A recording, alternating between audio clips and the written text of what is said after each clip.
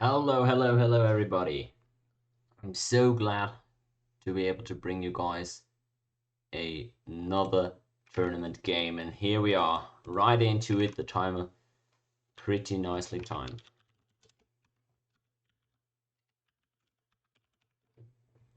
There we go. We're right into it. You didn't miss anything except for me failing to land a single spy on anybody here. Apart from that, this is going to be an exciting game, although it is a very unorthodox one in terms of draft. I'll come I'll go into detail here in just a second after posting the tourney game is live in all the chats. Yeah, let me just distribute the link everybody everywhere real quick.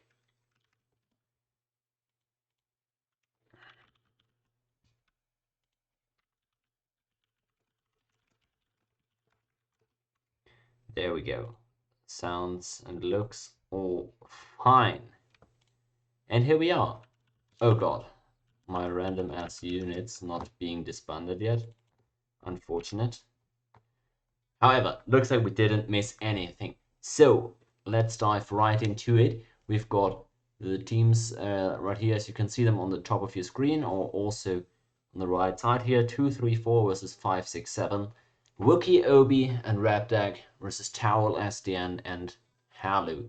It's going to be an exciting game here, hopefully, although the draft is very, very interesting to say the least. Halu got a little bit confused with the draft mechanics here, with the order in which stuff was picked and banned, and I don't think he ended up with the picks that he necessarily meant to get. So, of course, the big thing that you all can see is that we've got 3 agricultural civs on one side versus 0 on the other. That's never happening in any. That's barely happening in a real MPT game without civ picks. But this is just crazy here. We've got 3 absolute top tier civs versus 3. According to the tier list that I released on my podcast earlier today, these 3 are situational to good civs. So it's or to great actually. Situationally great or just good civs. So definitely they didn't pick bad civs. The only issue is that the opponent, that being Obi's team, has 3 agricultural ones and therefore is just gonna run away with the score lead in this game. So they are gonna need to kill here. We're gonna need to see at least 1 kill out of Team Halu if they want to have a chance in this one. Alright, interesting. People are speculating about the map already. I've got a screenshot of Obi making a very accurate assessment of the map a bit earlier on here that y'all sadly can't show y'all guys, but they've got a pretty decent idea of where everything is at. This is another alternating ring type map, meaning we've got teammates next to 2 enemies. So it is a bit difficult to build up here. That should be especially relevant for the agricultural civs early on here, especially the Mayans don't really have good city spots here along the river. Not a lot of them in any case. We'll see what they're gonna do here, what they're gonna try and how they're gonna try and expand here early on. Sumerians getting a few entities out, as is usual. For Towel, he's just scouting around his little peninsula. He's gonna make contact with his first enemy rather soon, I would imagine. Down there, Obi and Wookie also probably attempting to get towards each other and make contact here soon. We'll see how that goes for them. Don't disorder now if you pop rushed. Wow, Obi with the heads up to his teammates. Looks like he's the only one going for that granary slave there. You can you'll be able to see that with his score falling behind a little bit most likely, and we'll also get the first pair of enemies meeting each other very shortly, I would imagine. Now SDN is positioned in a way where he can't get double moved by Rabdak here rather, so it is pretty fine for him for now. He's got to make sure not to greed too much. This is not perfect Indian land, I would say. So we'll see how he's going to be able to make use of that. So if he is rating them very highly, is what I know from the practice games. And there goes Rapdag, moves in, gets onto the mountain. We'll see if SDN maybe tries to give him GA or whatever they are going to be able to do there. That could potentially be very interesting. And he does. He goes for the hit. He loses. And that's GA for Rapdag. I don't think this is a bad play for SDN, but he's going to be defending for a long time here. He is going to need Halu to help him out a lot. And Halu's got a good chance of harassing Rapdag if he can find him here soon. He is very nearby, so if he takes the correct turn here, he should be able, or at least if he steps onto this hill, as we see it down there, we have the Sumerians also entering GA. So both teams with one early GA there that they don't necessarily love. We see Rapdag moving in. Is he going to go for the hit? Is he going to... Yep, that is what he's going to do exactly. Picking out the worker is what he did. And SDN, wow. That is one aggressive hit there. If he loses that combat, that is potentially game losing, but he loses the worker nonetheless. At least is able to save the improvement there. And now I hope for his sake that he's gonna be able to get another warrior out of Delhi. He should totally be able to do that. He should have another turn of production stored in there, but he needs to get that. He needs to get another warrior here. Let's see if he can get it. Yep, exactly. Rapdag just walks by, seeing what he can do there. And oh lord, it looks like at home, Halu has also managed to get onto Rapdag's worker here. And this is not looking pretty. That is exactly what I wanted to see there from Halu. Very nice response there. And honestly, yeah, gotta admire the discipline there, going for the end of turn double. Rapdag, no time to react there. And now he's in much more trouble than the Indians are at home, at least in the immediate future. Yeah, Rapdag's saying it's a bit dangerous here. He needs to get that warrior out last turn, next turn rather, and maybe Halu can get a good 1v1 roll. We gotta see, is this another game with an early kill for Team Halu? Rapdag doesn't disorder. Very important. Halu goes for the hit. It's getting close, and he actually gets the kill for the 1v1 onto the veteran. What am I looking at here? I cannot fathom this stuff today. Another super early 1v1 warrior roll. Another unfavorable one. And another one that goes in favor of Team Halu. Actually able, the captain himself this time, to take out Rapdag on the Incans. What a mess this one is. And he just wrecks him completely there. Gonna have to...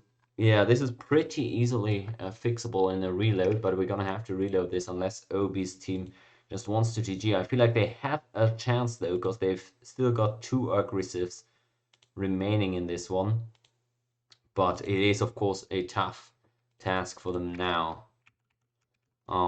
Yeah, we're gonna have to get into the reload here, but my lord, Rapdag called it too. What was that? Getting this godlike draft and then completely overran by the Persians here in another ridiculous role. This time at the hands of Halu, the captain himself, just like Reba yesterday. They're going for those rolls and they're going perfectly in their favor now. So a big victory there in that kill. We'll see what Team OB elects to do.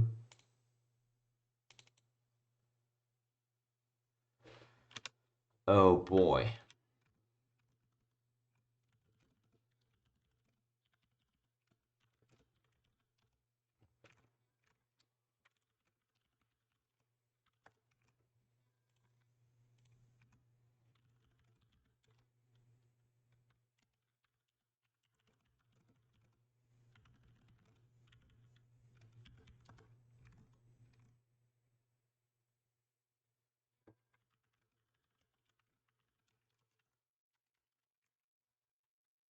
Alright, people are starting to get into the reload.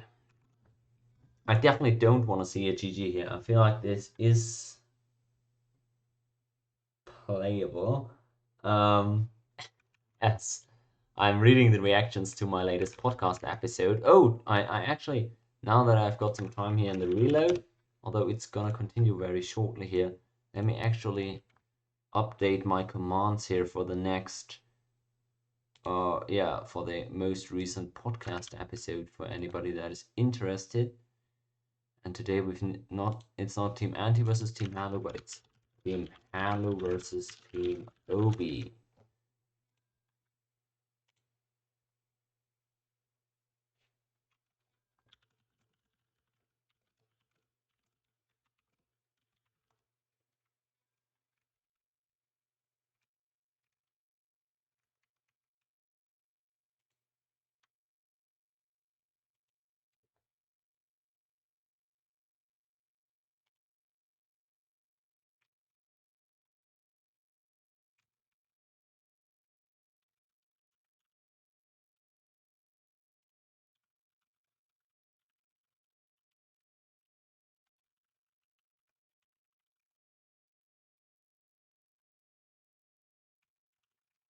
There we go. Looks like we've got everybody in the reload right now.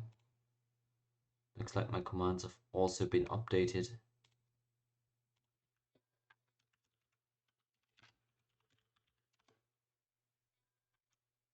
Yep. Unbelievable. Rabdag writes. I can't put it any other way. He is absolutely correct there.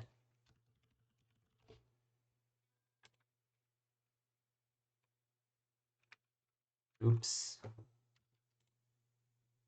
My command's still a bit.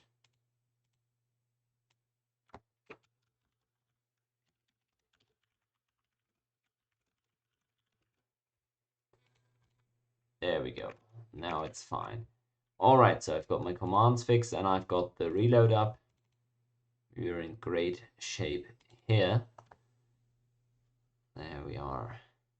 I cannot believe this. For the second game in a row, Team Halu with an incredibly good row to take the early lead. Is it gonna lead to their second victory?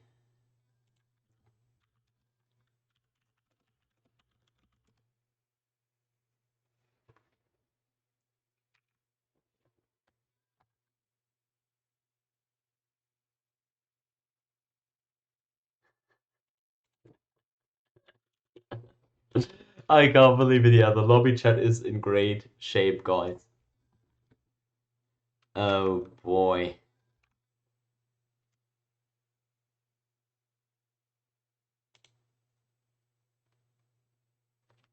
Oh boy.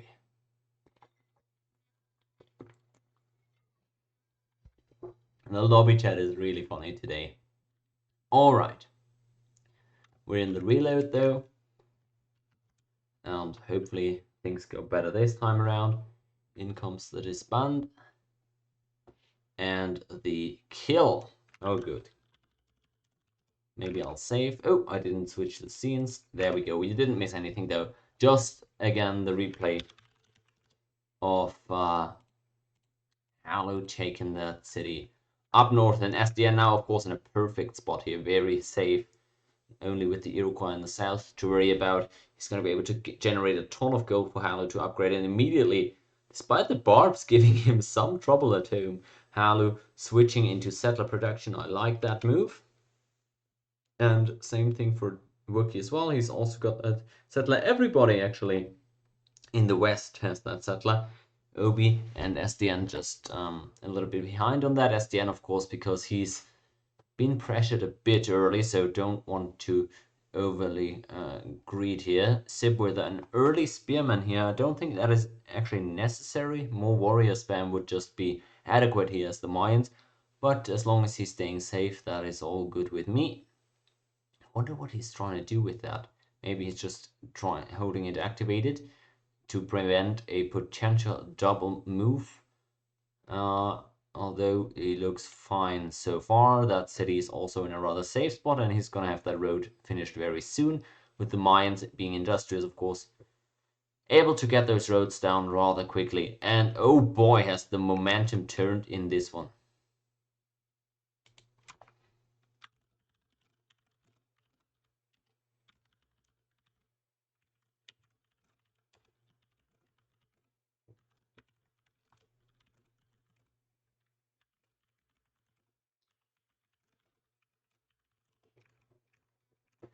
Alright, as I'm just bantering a little bit with the people in chat, let's check these guys out here. The Enkidu's battling a bit over there with the Iroquois. Now even Obi coming in with the suboptimal gameplay. That's gonna be a stern hit to his morale. I gotta put my emo to use here again. And oh, good move there by Towel. He might have intercepted the enemy con units there. I'm not sure they actually ever met each other. That is a good point by Towel. If he actually was able to prevent them from getting con, that would be big, since they don't even have any other teammates to trade and tech and share maps with. So, boy, yeah, Obi saying the same thing. It's a bit difficult at this point to get con when you gotta protect everything at home as well. And I wonder how everybody's gonna play this one out now. Now, in theory, of course, what I said before doesn't apply anymore. Namely that excuse me. Namely, what I said was, if you've got 3 aggressives, you're always gonna win and score, and the enemy has to find a kill. Now, the enemy did find a kill, so it's actually flipped right now on its head. It's now Obi and Wookie who definitely 100% have to find a kill at some point in this game. So this is what the game is starting to evolve into now. 2 people trying to get a kill at all costs. And the other 3 have 2 options here, really. Halu, SDN, and Towel, they can think about this. They can either go use their advantage, build up a big army, and then crush the opponents. Or they can all just play for score and defensively and just defend as long as they can and win a pretty much surefire score victory. Now, most people go for the first option, that being building up a big stack and then double teaming someone, because that is way more fun than just score pumping for 60 turns. But of course, both options are viable, and it really depends on the civs you have, I would say. In this one, though, when you've got Persia and India, I think you can just make an enormous immortal stack and roll through everybody. This is the perfect game for somebody. Yeah, honestly, this is such a perfect game. You can just have Sumeria annoy both your enemies, and then you can funnel thousands of gold into Persia, who can just build an infinite amount of warriors with like 5 or 6 cities, and then road up to somebody and roll them with 50 immortals. That is what I would love to see, because a 30 or 40 or 50 stack isn't something that we've seen in this tournament, and likely not going to be able to see again. This is the perfect circumstance for it. Now, before you start thinking about that stuff, though, you gotta make sure that you not end up getting cheesed and noob out at any point, especially over the naval ways. That's always a concern. So what I would like to see from Team Halu now is they've got 3 players here and no coastal cities just yet. SDN is gonna plant one, and that's what I like to see. He's gotta get that coastal city off, and they need some Kuras to at least be able to check whether or not they're getting booted, because you know the enemy is starting to get desperate for kills, and boating is the #1 option for desperate players. To look for kills with. Checking in with Towel over here. Is he going to be able to make a double move for the Mayan Road? It doesn't look like it. He's been having a rather chill game. 3rd city being prepared here by Obi. He's got real nice land down there. Horses already hooked. A 3rd city spot on the river, rather safe. Although he doesn't elect to go for it, maybe going for this hill city instead. Interesting choice there. That city down there maybe just doesn't have enough tiles for his liking to work with. Although I think it's got, it would have had enough, so I wonder what his rationale is behind going over there. In any case, SDN actually walking one more tile. He's not the guy to always plant very dense cities. We know that. He's gonna get that road done soon, I imagine. Then he's gonna get those immediate horses down there. Of course, pretty decent decision. When you're playing India, you want to get those horses early as well, just for your GA. Not even necessary to build up a huge stack.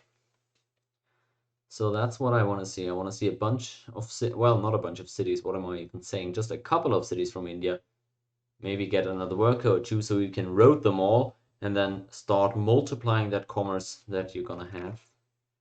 Oh boy.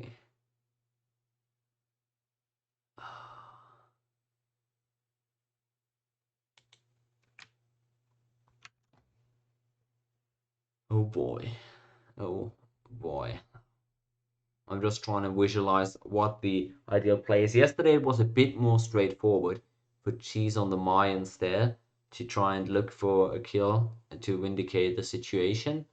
Wasn't ultimately able to do so. Nice movement there from Obi, very clean and proper. Groups that warrior wall and thus remains very safe at home, able to lock out Tau for now, and he's not been having a lot of trouble with that. Still needs to make con with his ally. If only they knew how close they were to each other. They really gotta get that. Really gotta get that contract going down there. Oh, maybe they did in the meantime. I'm not sure, but I wouldn't think so because I didn't see any movement right there from them. Oh well, it's a bit doomed for them, of course. So, oh boy, what a roll as well. Towel goes in near the end of the turn, gets that tile, even gets the promotion. Wonder what rookie is hitting him with. I assume it's just regular warriors, and those aren't performing that well. Why is he? Oh, he's just protecting his worker. I see.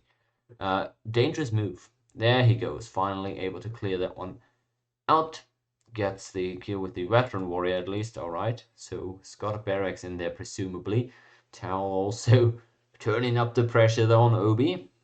Warrior wall regrouping. I wonder where all his units are at. He's still got the same amount of warriors that he had last turn, I think. So what's he doing in his cities? Is he making barracks now? I'm not sure. It's gonna need a couple more warriors to be safe at home there. Would have ideally liked to extend that warrior wall coast to coast to allow for maybe 2 more city spots or 3, but we'll see.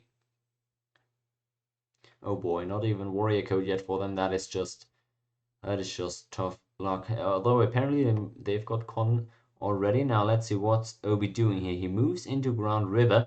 In comes the hit for Towel. This time around though, the RNG not as ridiculous. At least they're able to disrupt Obi's warrior wall. He's not really in trouble, I wouldn't say, but oops, there he goes, trying to clear out India there. Not successful yet. Is he gonna get? Yep, he is tempted into clearing that one out, and it's going well for him this time around. Alright, and then on he moves to block out the next Enkidu. I like his micro there. He played that pretty calm, pretty well, I would say, overall. And Towel, he says he's fine and go, well, he's in the GA still. That gold income is gonna fade at some point as well, but his entire job is just to keep the 2 enemies busy, and I hope we're gonna see a great build up there north. I would like to see another city here from Halu pretty soon. We'll see what he ends up doing there and what kind of build he's going for. Looks like Wookie at home taking very aggressive trades in those units that are coming at him, and so far he's been able to get most of them cleared out, so good for him I assume. Halu already working on that iron road. I wonder why. I wonder what he's hooking that iron for. Honestly, I can't really think of a reason. Maybe he really prioritizes getting into GA here soon.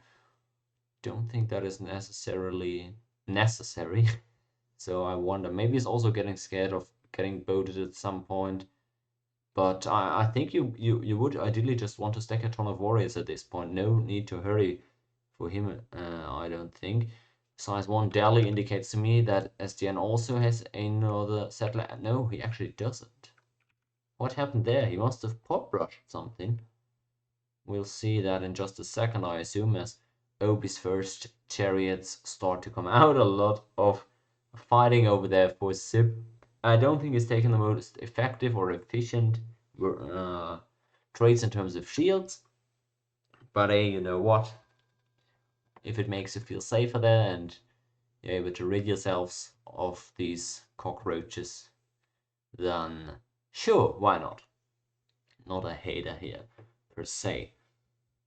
So, game plan is pretty clear there. You can see they've got coastal cities, both of them. I'd like to see some boats, but I'm not sure. I don't think they even have the gold to tech for map making, at least not at great speed. Maybe that is what Obi is doing, though. Oops. Speaking of which, as you can see, I only have one spy planted, since the other guy who I had successfully spied ended up, dying.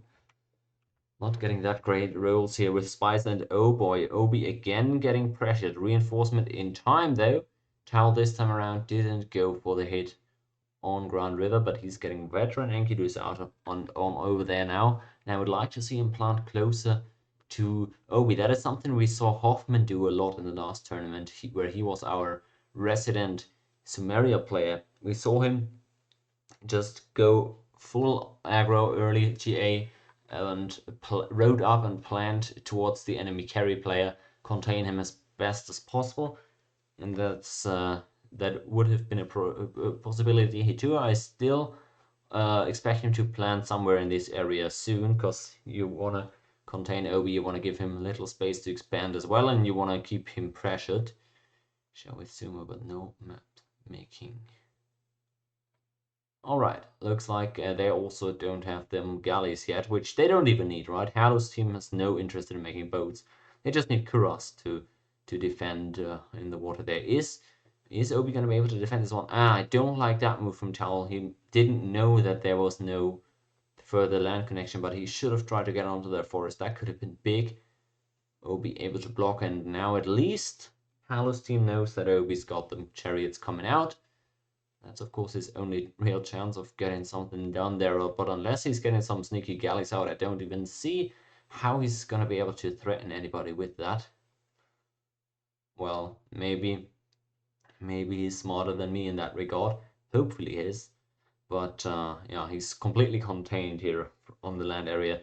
The three enemies that we can see right here, they have vision of his entire border area. So don't really see him getting out of there soon, and they're just spamming him with them cheap ass units that they have, so it's gonna be just a nuisance for him to clear those out. At least he's gonna get a relatively free GA, of course, unless they disband those units once they see those upgrades come through, but he can of course still do those in secret as well.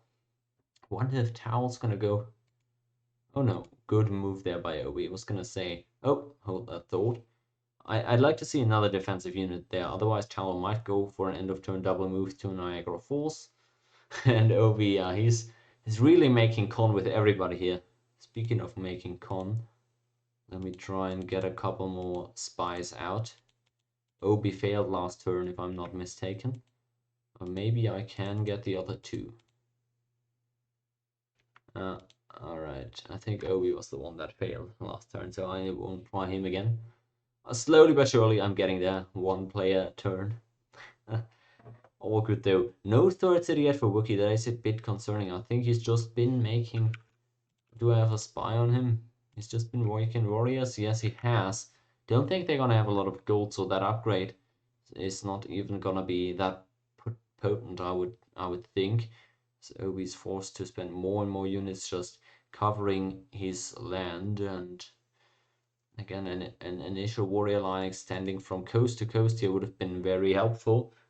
But of course, the enemy made sure to get him to punch holes into that wall. So I can understand as to why that didn't end up happening. Let's actually get some intel there on Delhi. I wonder.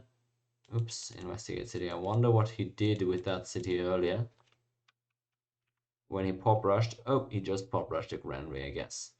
And you can see right there 6 gold per turn being generated into the treasury. Indian bank bonus already kicking in there. Obi getting a decent roll there, but oh, what is that? That is a great roll. He does reinforce, but he's just tanking up those Enkidus right now. Still trying to punch holes into his wall. Unsuccessfully there, but keeping him busy, and he's really not gonna get here. He's not gonna get a second of rest, as he's gonna be continuously choked out there. And I fear he's not gonna get a ton of help from his teammate here. We can see the difference there. Wookie not able to establish a warrior wall and wall out the enemies, whereas Obi at least has some semblance of that still going on. Wookie not really able to shield himself from the enemies there, and he now gets that colony. Maybe if for nothing else than to remove those enemies from his land. He's not going to be able to upgrade a ton though. Don't think they're going to have gold for more than 2 or 3 swordsmen at this point. Since they've been stacking units, is all they've been doing. 5 cities combined. That is just not that much, gotta say. And both of them now realizing they don't really have gold, but there we go. At least one of them, yeah, one upgrade is what he got. Maybe that's gonna allow him to kill a few units out, but it's really relying on getting good RNG with that one now.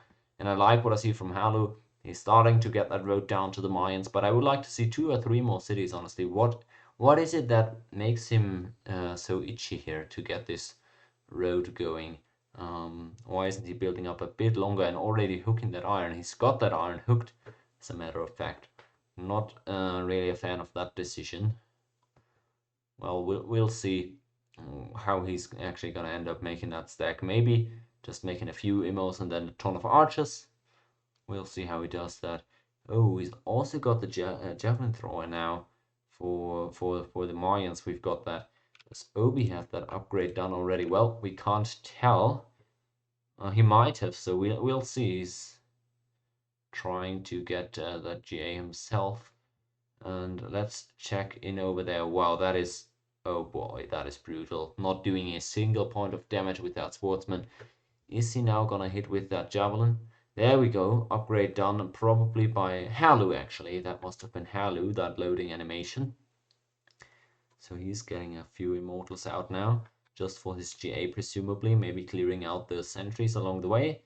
And there we go. It looks like Sib's javelin thrower wasn't any more successful than his swordsman there. So he's not getting GA. He's lost those 30 gold that he's invested into the swordsman too. So he's just not going to be able to contribute here, I'm afraid. And it really is OB against the world. And the world has done him a favor and come to him. So he doesn't have to travel far to take them on. However, I also don't like his chances there. What's SDM been doing? Has he gotten another set out? No, he's gotten a chariot. So he's also looking for his GA. Yeah, I like that. It's a decent idea. Them taking GA. Again, I'm not sure why they're not building up there in this scenario. Because as I mentioned, right, in this scenario, you either want to build up playing for score or you want to build up a stack. But they are just... Yeah, I don't know. I think they're playing this a bit too hectic, but it's fine for them. I think it still shouldn't matter. Towel is doing a great job here, keeping both enemies small, some more actively than others, but at least Obi now able to get that GA. SDM selling it a bit cheaper over there, maybe. That mounted warrior can be, yet I don't think so. He's even gotten a good defensive position there to probably be able to retrieve the mounted as well. And that's GA. Towel calling that out too. Maybe Obi can find some cheesy way of getting through to someone. I just don't really see it happening there. Tell me in chat if you disagree. Tell me if you know how Obi's gonna pull this one off. I'm just a non-believer at this point. And look at this sorry state for Sid as well. Hopefully his next game is going to be better. We're going to get a rematch of these two teams right after this one. So don't go anywhere. We're going to play 2 games here right after, one after the other. I'm not going to be able to update the stat sheets in the meantime. Although hold that thought, it looks like Tao might be going for an end of turn move. Although he just activated all the units, didn't go for an actual attack, I don't think. SDN now asking for HP. He's also looking for that upgrade. 2 chariots, just to make sure for that GA, of course. Finally, oh boy, Obi getting them rolls here. Ugh, it's an ugly sight. For Towel, he's really not been rolling well on the offensive end, excuse me, with those Enkidu. Although that's also not really what they're made for, is it? Oh, they don't even have HPR yet, apparently. Halu, well, this is just about the only way you could lose this game, probably. Sending unescorted settlers and staying completely empty at home while you move your stack out. But oh, that is a bigger immortal stack than I would have expected. It's not enormous, but it might just be enough for Sip here, who doesn't have any defensive bombard, since he's Mayans, and that is precisely why Persia versus Maya isn't always the most effective setup. I like Towel, as I said, preparing another forward plant here. It's gonna close in and continue to do so on Obi, who himself is gonna start looking for potential avenues. He's now cleared out at least the enemy sentries to the north, so he's now got a way to get through to someone without being seen. Why is this? What's going on here? I don't agree with any of this. I well, all right. Obi is somehow wrestling control away from Towel here. He's in his GA and Towel isn't anymore. So this here is actually very Obi favored now, this matchup. Towel has blown his early load in quotations. He's done a great job with it, so I'm not going to debate it. I just think he's wasted a couple of units on offense that he didn't really have to. But why did Obi walk a regular mounted warrior on that forest, and why did Towel hit into that? I disagree with both choices vehemently there. And Halu stack keeps closing in on Wookiee there. No vision for the Mayans as well, so they don't even know it's coming. Strong to Sumo already. Yeah, as I said, Obi has wrestled control away from Tal. I wonder how he's gonna do that. If he's actually gonna go for a straight 1v1 here versus Tal, that would actually be very beneficial. Asking Wookiee to distract, well, decent idea, I would say. But as soon as Wookiee starts walking a couple of warriors up, I think Towel's gonna know what's up as well. Although I don't think that's gonna help him a lot. It's not like Obi's gonna hit him with a surprise attack. He's very well aware of the momentum flipping on that side. It's not gonna be a long time that Sib has left in order to do stuff, because he's gonna very soon have to focus in on defense here, as soon as Halu turns up in the area. Even has another settler out now that is not going to serve him well. Chow going for those walls. Good idea. He should be able to survive Obi here for a pretty long while, I'd say. But, Suma out of gold is what he's saying. That's interesting. I don't think that is the case. That could never be the case. What is Suma? He couldn't be out of gold unless he gave everything to Halu, but he doesn't even have that many units, so that is very curious to me. So no big movement end of this term, it seems. Halu going for more cities now.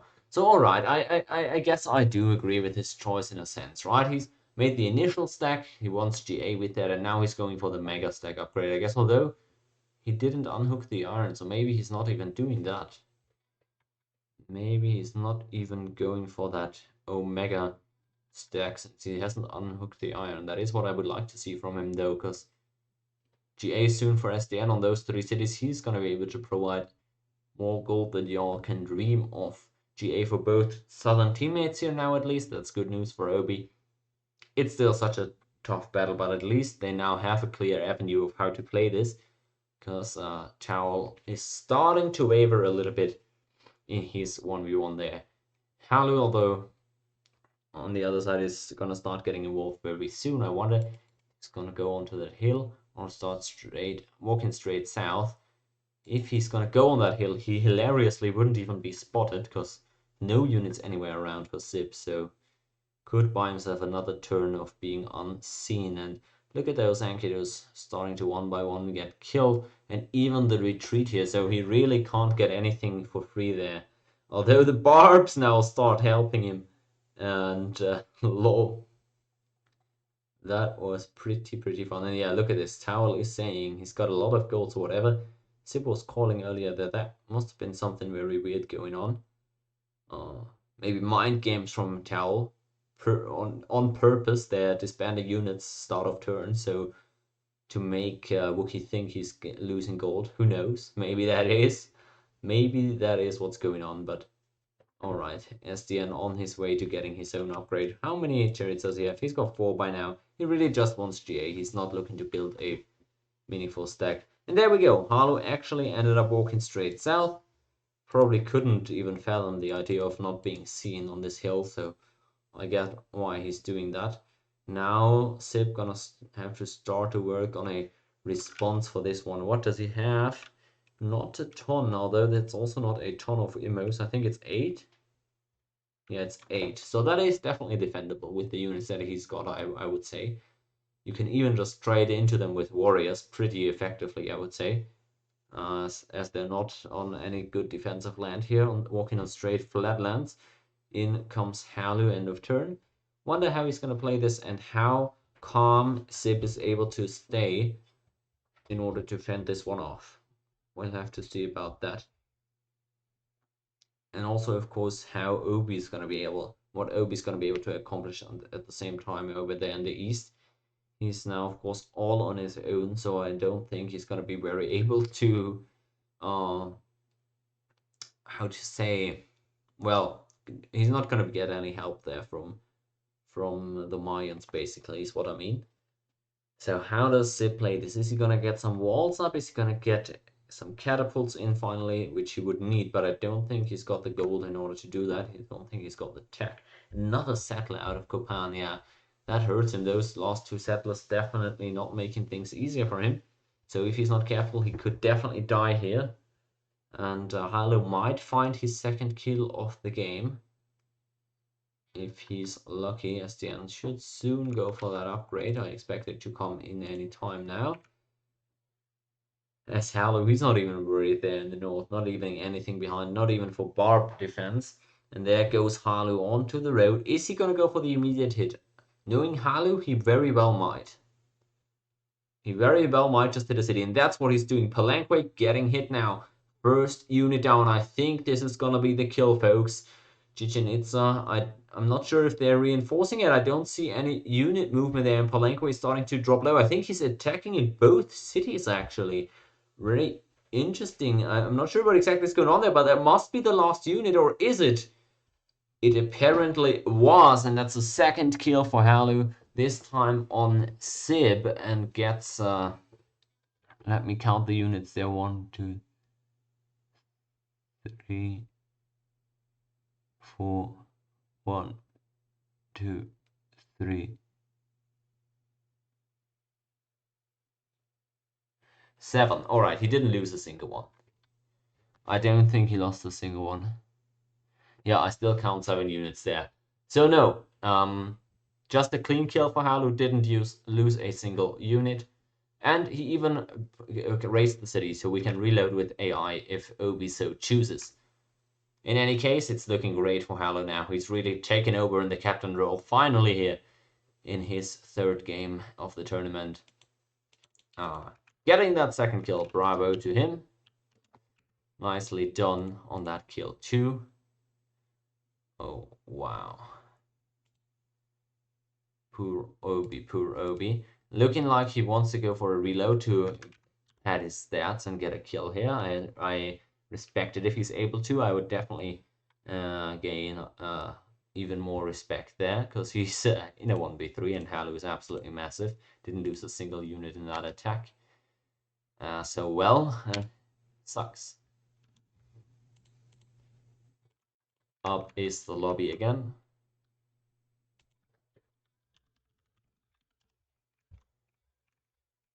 Oh man.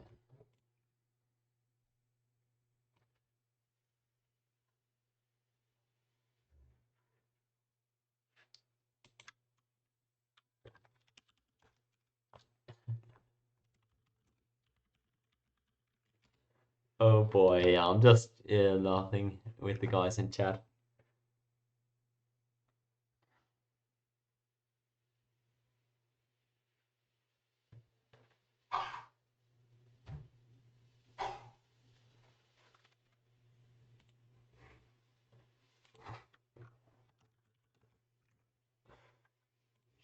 Oh boy, the chat is absolutely hilarious today, both in the lobby as well as in the Steam chat.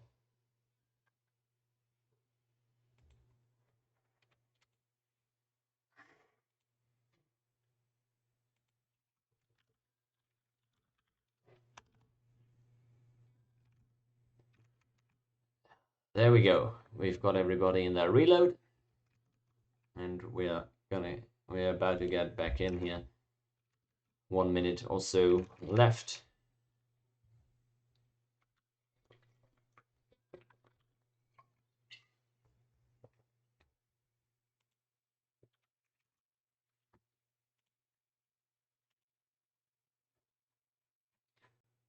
There we go, loading that autosave. Why is there 2 open spots? Huh?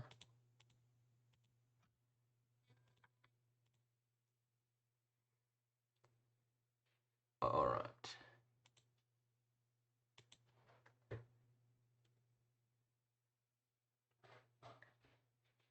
Halu asking if he's allowed to go AFK.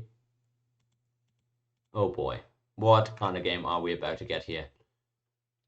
Loading back in, as you can see. Alright, here we are, the Persians.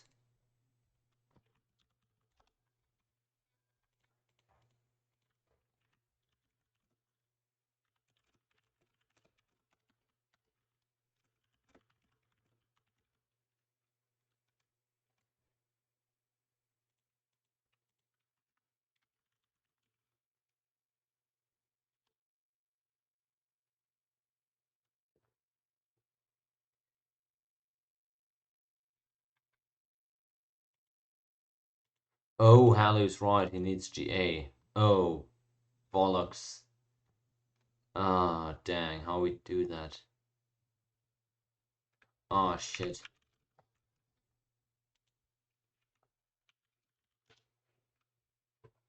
Can I supply any units to him somehow? Uh,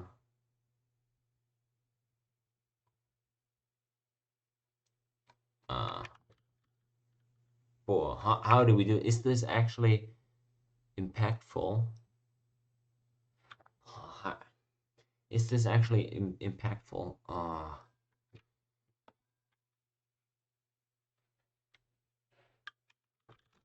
Yeah,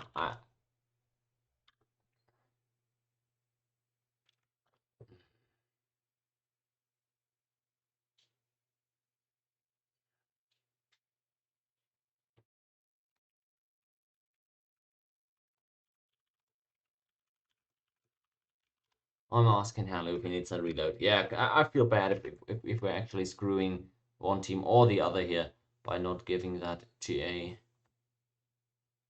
I should have thought about that.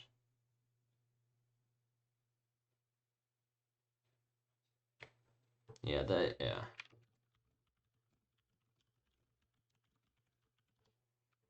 All right. I think we figured it out now. I think it's fine if he just moves that immo on the mountain. Yeah, I think that is close enough. Can't really complain there. We don't need to take it that seriously, I don't think. All right. There we go. Out comes Obi. He's swarming the map with the amount that he's got. He's got more than he should have, but it's not a ridiculous amount. Is SDN just burning his cap for the 2nd turn in a row? Who knows? Oh boy. A lot of fire to be put out here today.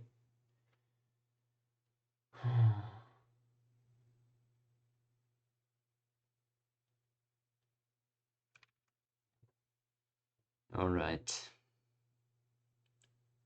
So all right, yeah. Gotta make sure that they actually end up getting the GA here. Halu fortifies.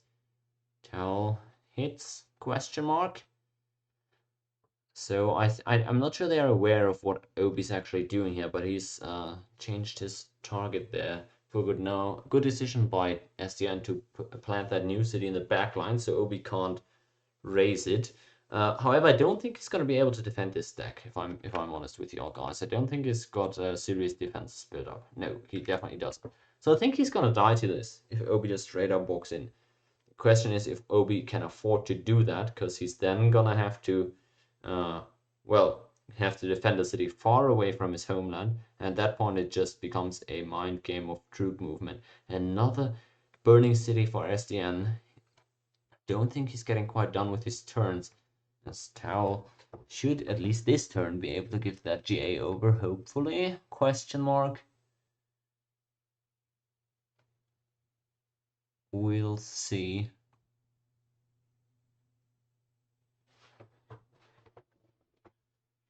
Yeah, we'll see. All right, Obi scouting with that first mounted we saw over there. SDN taking a good trade, getting it taken out with the War Elephant, and that's also his GA. Very convenient. In comes the GA for Halu now as well, so we're all good. This is fine enough. I don't care what anybody says.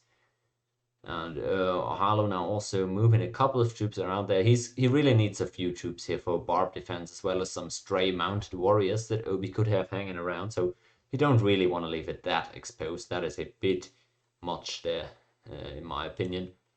But anyhow, Obi up against the world here. Is he going to be able to find his first kill? Maybe he's going straight through to Cusco. But I would expect him to actually go for the hit on SDN there, because he really doesn't have a lot of defenses. And if he just checks his military advisor, he's probably aware of his actual military superiority there. We'll see though. Wonder where he's going to go. Please tell me in chat, what do you all think? Is he going to go through and try to snipe Halu, which is a very profitable strategy oftentimes, or is he looking for SDN? This troop movement suggests that he is indeed trying to kill India here, although the vision is very decent here, very nice for Team Halu, who are still swimming in gold apparently from that Sumer GA. So I really want to see that 50 immo stack here. Don't think I'm going to get it, since a certain Mr. Someone is too comfortable to on his laurels to get to unhook his iron there. 2 kills apparently enough for him. Back in the day we used to have ambition. Now look at these guys nowadays, just settling for 2 kills in a 3-player game. Shameful. Anyways, jokes aside, is Obi actually reconsidering going for Halu? It might be. Halu has some decent sentries out there, but maybe Obi's recognized that he can't get into India unseen, which again wouldn't matter. He still could get that kill off. However, maybe he just doesn't feel comfortable defending a city up there and is rather trying to look for a capture or for a size 1 city of Halus. That wouldn't be a terrible idea either in my mind. Oops, was that a turn skip? I hope it wasn't. Looks like, oh, is Towel actually hitting into Grand River now, or is that Obi? I don't think it is. I think maybe Towel is going for another role here, although Obi is making sure not to be caught off guard there. And as Obi tries to take control of another hill, he is able to get at least that sentry of Halus out. But SDN now, of course, consequently moving in to clear those out. I don't know why he isn't taking the free barb camp. I mean, you could just as well move onto this hill through this barb camp. There's absolutely zero reason not to take this. So yeah, gotta criticize that one. Feel like that gold might come in handy at some point. But hey, why even hate it? Oh boy, look at this. Finally, a proper application for my emote. Ah, love it. Love it, love it. Anyhow, SDN has now gotten great vision there. He's aware of what Obi's got and where he's got it. And that should be alarming to Halu, because Obi's stack hasn't shown up neither at Towel's border nor at SDN's.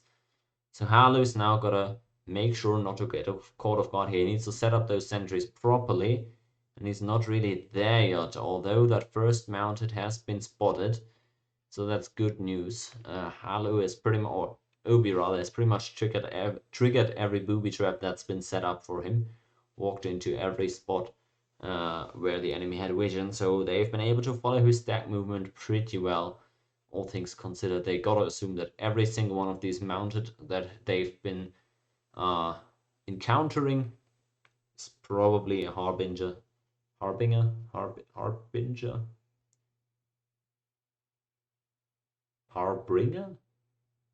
I don't think so. Whatever. It's a sign of bigger things to come, bigger stacks to show up, basically.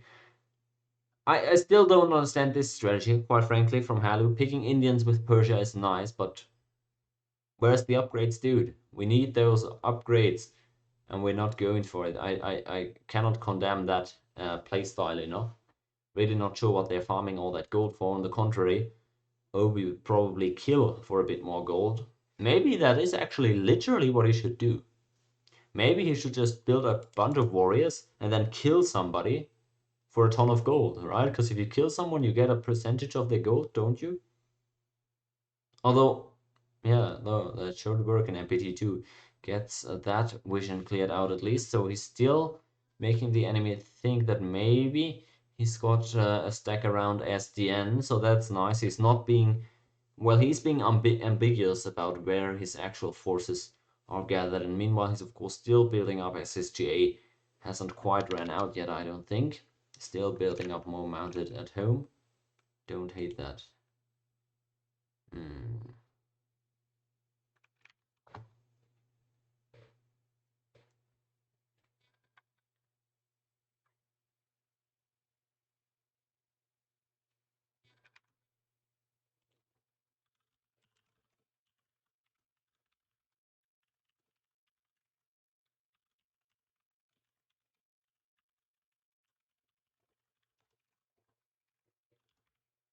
Let me meme along with the guys in chat.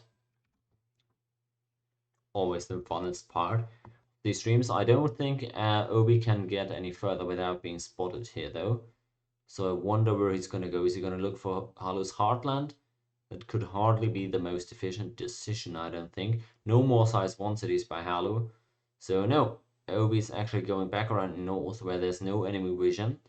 I don't hate that decision. He can double move onto Cusco next turn, but he might do himself a favor in clearing out that warrior beforehand. And we'll see if Halu ends up spotting him or not. He's got a nice amount of units there, although it looks like he's rather retreating rather than trying to go forward and find that stack. And I like that move from Obi, clearing out that unit so that there's no way Halu actually moves to find your stack. Well, I'll investigate Cusco in a second here, but I think Halu is in pretty decent shape to defend this. I also don't think there's any other way for Obi to affect this to attack this from. So theoretically, if he gets that kill, it's a city that's super difficult to defend, but that also might not be a huge problem because Chowl can't get there ever. Don't think anybody's got galleys out yet. No, they don't. And SDN really can't get there, at least not before you can get to him. So if you move everything out of home and then take Cusco and go with all the units to India, maybe you can get them before they can actually reach Cusco with a meaningful force. That all is predicated on the assumption, though, that you're going to be able to take out Cusco, which I'm definitely not sure about. Finally, I get that spy down. That is something at least. Oh yeah, not a lot of units in there, so that is definitely killable, although not great odds for Obi. Where's he moving? Oh wow, he should have moved onto the forest, I think, and he does now. Oh, I think the issue is that Halu is now able to hit into this. Let's see if Obi can outspeed there. I think he can. He's now moving in with the stack move on the tile in front of Cusco. I think that is a very poor choice of Halu to move the archer out there, but he was able to slow down a bunch of mounted warriors. So overall, I still think Halu is in pretty decent shape. And boy, I hate this stack lag here. He's not able to get onto the tile, and now he finally is. Is he going to be able to get the hit off? Either way, I don't think he's got enough units anymore. He's got like 2 or 3 units with attack points left over. I don't think he's got what it takes to take out Cusco. And is Halu actually heading out of the city now? Obi doesn't have a choice. If he's not going to hit Cusco, Halu is just gonna attack him with those immortals, isn't he? Although he hasn't done so far. Yeah, Obi's bled a lot of units in the process of getting through to this city.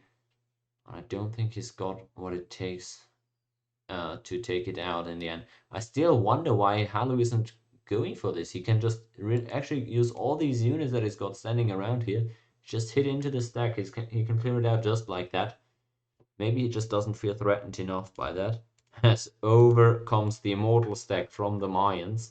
Gonna pay Obi a visit there as well. Turn ends, and there goes Obi. He's now going with a full force onto Cusco. I don't think he's got quite enough, but if the rolls are ridiculous, he might have a chance. And no, he's actually now being beaten back by those immortals, having to retreat with the amount of warriors. Got a suck there for Obi. I wonder if he actually attacked with all of them, but his odds weren't good there, and doesn't find the kill there. Yeah, just lost too many units on the way trying to get to the city, so the sentry paying off in one way or the other. Interesting chariot. I wonder what that is for. I do wonder what that is for. Maybe it's just there to pick off barb camps. That would be a good idea. And there we go. Obi's stack failing, having everybody on his doorstep. He concedes this first game of the night, and that means series equalized. Halu and Obi at 1-1. And a nice game there from Team Halu. Again, like yesterday, you can't read too much into it because it really wasn't. It wasn't a lot of how to put this politely. It wasn't standard gameplay. The game was pretty much decided after 10 turns by a cheesy rule, but it went in their favor. And so what can you say? They had taken both games with Towel. He's still undefeated in this tourney, and he's starting to slowly but surely turn around the fate of his team there. Alright, I won't be able to adjust the stats that you're going to see on screen for this next game, sadly. But I guess I'll put up a timer, we'll do another draft, and then we'll get a second game going between these teams.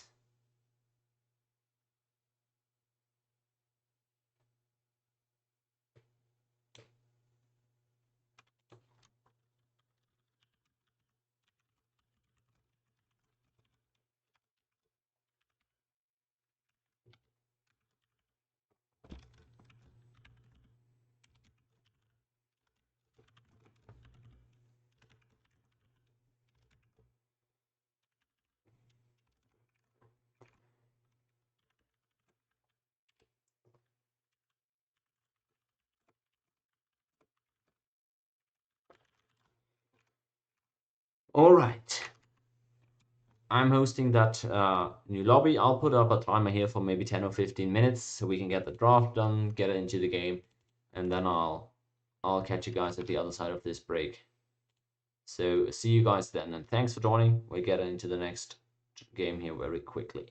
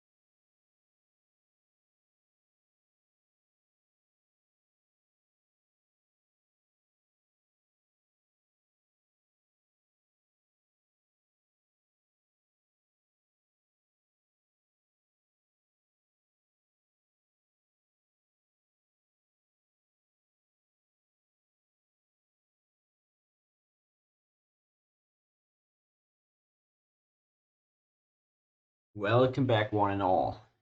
We're still in the same live stream, of course, because we're doing back-to-back games here, and I'm about to load into this one we've already assembled for the reload. Game 9 of the tournament this is. Series between Team Obi and Team Halu is tied at 1-1. And we'll see who takes the lead in this one, in this right here series.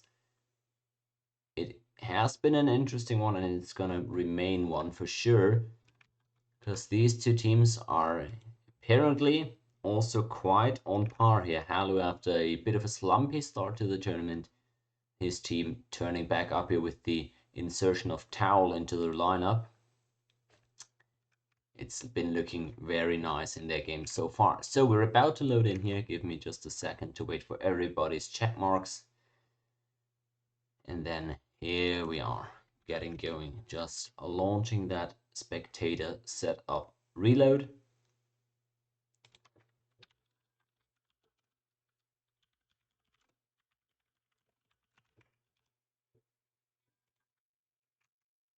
All right, there we are. Back into it. Back into it. Looks like it's all been successful. I can try and get some more spice out maybe. Although no, I can't, since Maya apparently walked turn 1. I wonder how far they're gonna walk, because I don't disagree with that decision per se, and they're also in a rather safe spot there. So we'll see how this will end up panning out for them. I hope you can see and hear me fine. I think you should be able to, so no worries there, I don't think. Wait, is there an issue? Oh.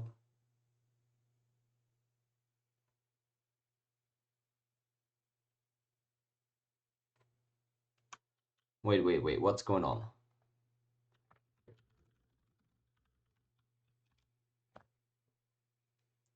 Looks like I haven't kept up with the chat, sadly.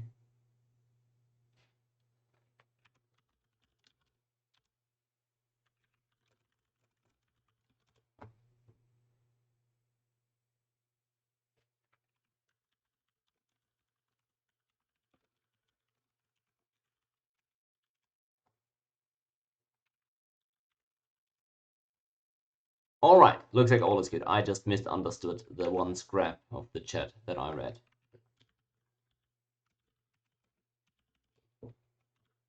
Okay, everybody got to check moods, and then I'll let this game finally get going. My bad there, I held things up a bit, but it shouldn't be all that problematic. I hope SDN doesn't end up coming to visit me and taking out my cap here, since he's already got a vision with that settler. Gotta be a bit afraid of those Vikings I have here. Anyways, maybe lost my train of thought a little bit here, but what I was saying is I agree with the Mayans' decision to walk a bit here, maybe look for some fresh water and get off of that coast. Sadly, he still decided to plant on the coast, so he's still very vulnerable for potential Viking raids. That is a very scary spot to be in as Maya. Red Deck saying he hoped Halu ended up getting Sib Wookie's spot. So yeah, of course we've got both teams. So we've got, you can see right here this type of setup, right? You can see the battle lines there: Viking, Incans, Romans versus Japan, Mayans, and the Sumerians. So the battle lines are clearly drawn, and both teams have one agricultural civ. Neither agricultural civ ended up getting fresh water starts, excuse me. So we'll be looking to see how that'll end up playing out. Also, interestingly, this map is very interesting in terms of how to say this. This is very interesting in terms of res, basically, is what I meant. Because Obi has already noted that the res are distributed kind of curiously in his area. And the same thing is true for Rome. It's not necessarily easy for them to get on iron. And maybe the Sumerians are in a prime position here. This iron is just one tile further away from than it is from Rome. So it's actually quite possible that Sumeria could end up getting onto that. and would then of course be incredibly difficult for Rome to reattain. Great, only Rome now left to spy in. Anyways, I'm very much looking forward to this one. I like both these drafts. I think both of these drafts have a clear trajectory, is maybe not the right word, a clear identity behind them. So I like what I'm seeing there. Obi still our only tournament resident Japan player here, really. We'll see if he can make them work. Estian on the other side is not the guy that struck me as the type of Viking player. So, yeah, interesting that he ended up going for them, but I don't think either one of his teammates has played a game as the Vikings so far as well. So, maybe the decent choice for him, who has the most experience with the Hardrada MPT mod, to be the one to pick up the Vikings. Maybe not that bad a choice after all. We see the irrigation on the floodplains already, but we see the bonus, of course, from the industrious trade, meaning Towel already with the road completed, whereas Obi's only starting his road just now. We'll see once the first peasants start coming out if everybody's got their installation done properly, especially Towel, I don't think, and Wookie. Oh yeah, Towel and Wookie are very much questionable. I wonder, did I test their patches? Oh boy. I hope I did. If not, we might be in for some crashes this game and for some fixes. Both Towel and Sib, I don't think have played in a game with the new Sibs yet. Although what I'm talking about, I'm such an idiot. We've just played a game with two new Sibs. Or with one. We at least had India. Yeah, right. We had India in the previous game. So no, I'm actually just talking out of my ass. Both of these guys have done a proper job setting this one up. Unless one of them died before war elephants were made. I don't think they did though, so we should be all good there in that regard. Anyways, it's looking fine. I'm just talking about random stuff so far because it's not much going on early here. It's both these teams are a bit further away from each other than on previous maps here. It's a bit more divided in that regard. And I think this is a map that Vikings are going to love. I think it's one that, well, it's difficult, right? Both of these aggressives are in the backline, and backline aggressives are typically nice, but without fresh water, or at least with very limited fresh water, it's oftentimes not awesome. Contact now made between SD and Halu, probably as well between Towel and Halu, if I had to guess. And it looks like very much the same story here in the eastern part. All these guys now starting to make contact with each other too. And the tech trading, the expanding for res is going to commence shortly here, if I had to guess at least. So yeah, that's what I was saying. It's a great map for Vikings. Today's a debatable one for aggressives. And then for the other guys, I mean, Rome's in a fine spot, I would say. I don't love this for them, although they are industrious. So once all these plains are irrigated, it's decent land in GA, I guess. Sumeria, I think, loves the land they have. They've got a decent, an okay cap, I would say, with not many other cities, but at least.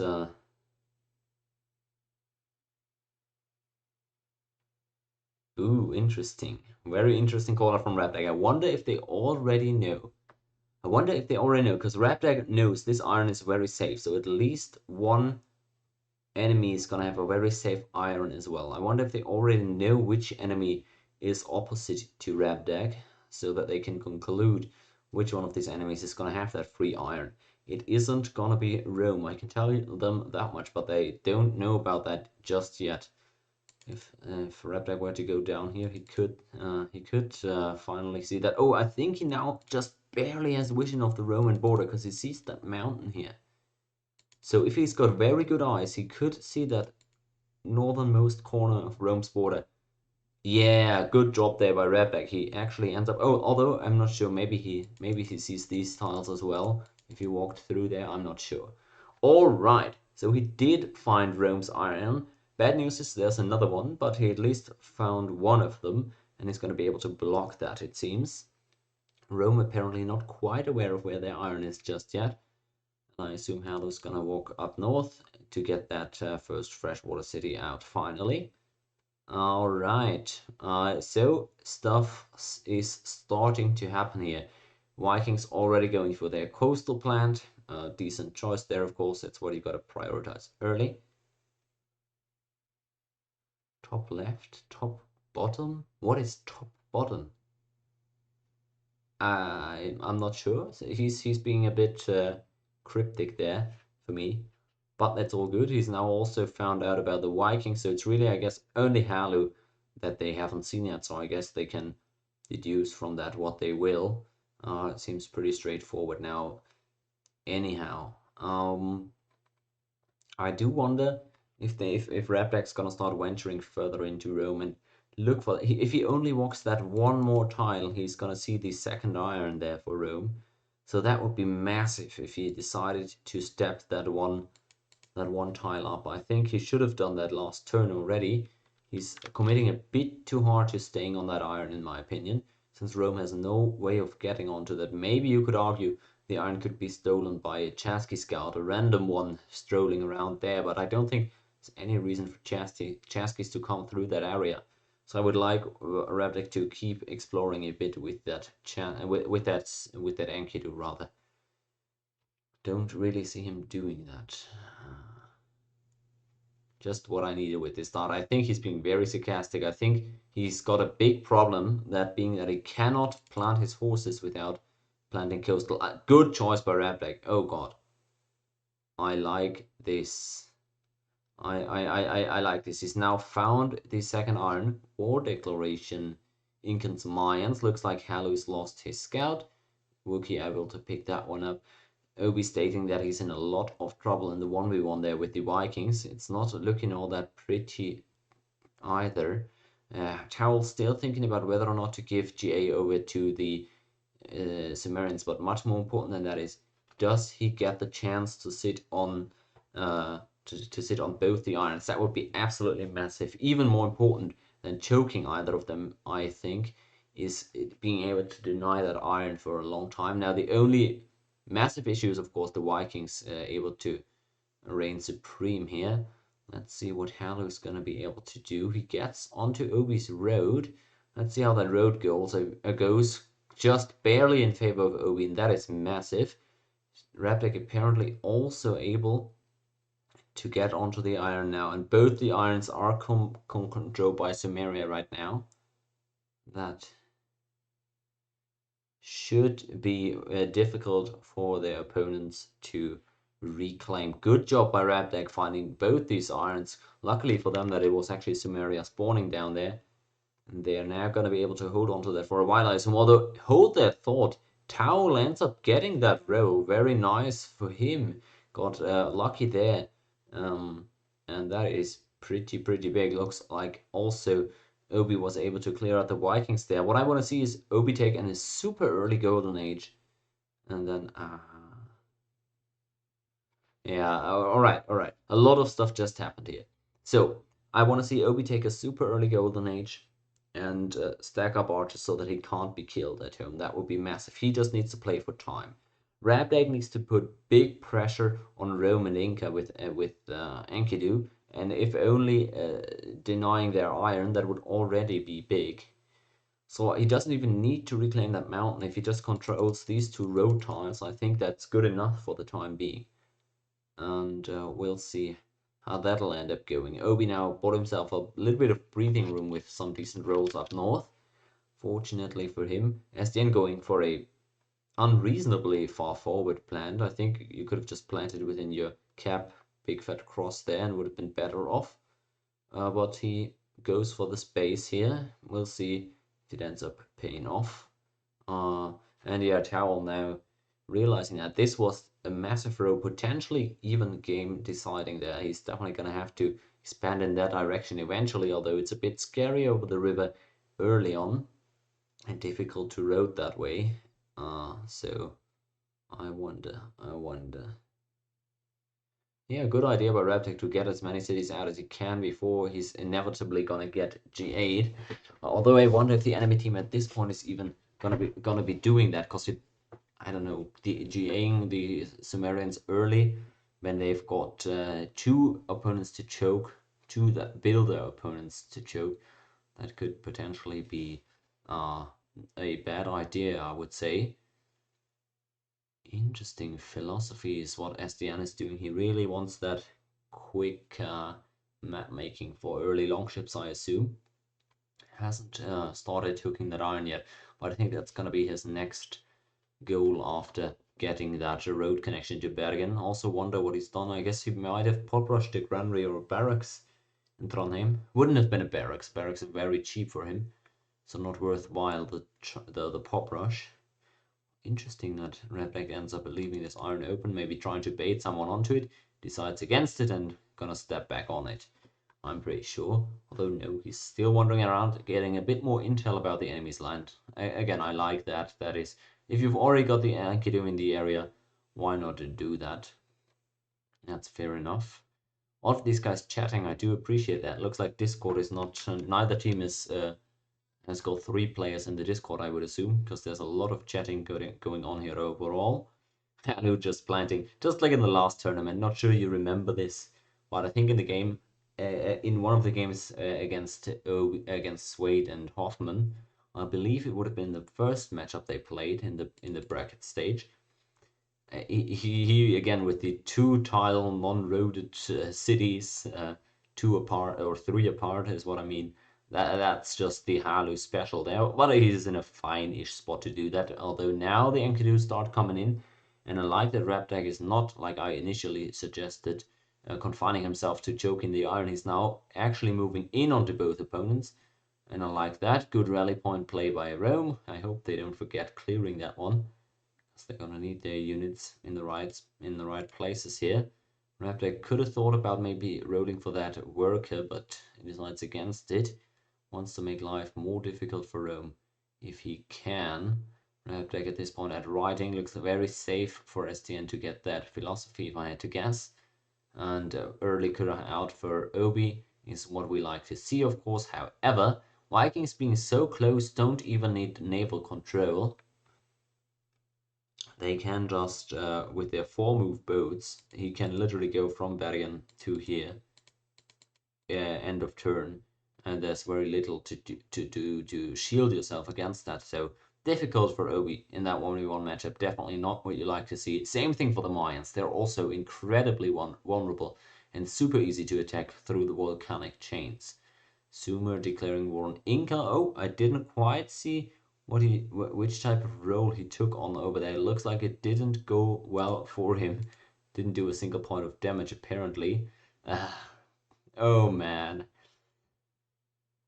Oh boy, don't get discouraged, Repdeck. You've got such a nice spot there as the Sumerians, and he's doing the right thing. He's just spamming out more Enkidu. He doesn't get GA either, well, just yet here. Interesting idea here. I like what Obi is suggesting, and it might be the correct play, because in theory I would say he should just take early J and survive as long as possible 1v1, and Red Deck should keep both enemies down, whereas Wookiee should grow massive. But there's 2 issues with that. Wookiee is your weakest player, so you don't really want to have the duty of carrying on him. And Vikings are also so well equipped to kill the Mayans, so they can't even really grow that big without opening themselves up to getting, yeah, just raided. So overall, maybe a better strat to take care of the Vikings early while you still can. 5 Anks in my neighborhood, he says. Well, yeah, they're all passing through there, though some of them might actually end up going to Halu. You don't know that at this point, and they're looking scary indeed. I don't think it would be a terrible idea for Rapid to go for another roll on flat land here and try to thrust through across the river. Double movement of turn, but interesting. I think he's blocking me from rolling iron, I guess. Yep, that's what he's doing. Maybe he's gonna be... Oh, looks like he's gonna go for the end of turn attack. Because he's saying no con. Oops. All right, guess he didn't. Maybe got too close for him. All right, he goes for the planet Lagash. Didn't see that settler come out. Third city now. I like to see that. And again, he's controlling all the important tiles, and therefore disallowing Rome from getting the iron. Now, in this type of map, where you have a clear coastline to your teammates, you can also just harbor that iron. Viking and Rome both are militaristic, both get cheap harbors actually. So it wouldn't be that outlandish to suggest them both build a harbor and get that Viking iron down to Rome as well. And that's not only an easy way to get iron, but that's also an easy way to get it without the enemy necessarily noticing if they don't pay attention to those harbors coming out. That's a good idea there for them potentially, although I think the opponent in this level of play should be able to notice that one. Maybe, maybe Rap can get back onto the iron, although nope, Halu now taking care of that, and it's also not all that important. Still very vulnerable at home, still not roaded all the way up. He doesn't even look like he's concerned about fully roading Tiwanaku. Rap even has vision of that, so I think a couple more Enkidu over there would actually be well spent. Uh, Skandi Iron Mountain, to west of you. Wookie. What is he talking about? Which iron? Skandi Iron Mountain. Oh! Oh, he's talking about this mountain. Well, yeah, that's the thing, Obi. That's kind of your iron, you know. I hate to be the one to tell you this, but yeah, Ratback, good thing pointing that out because you shouldn't rely on.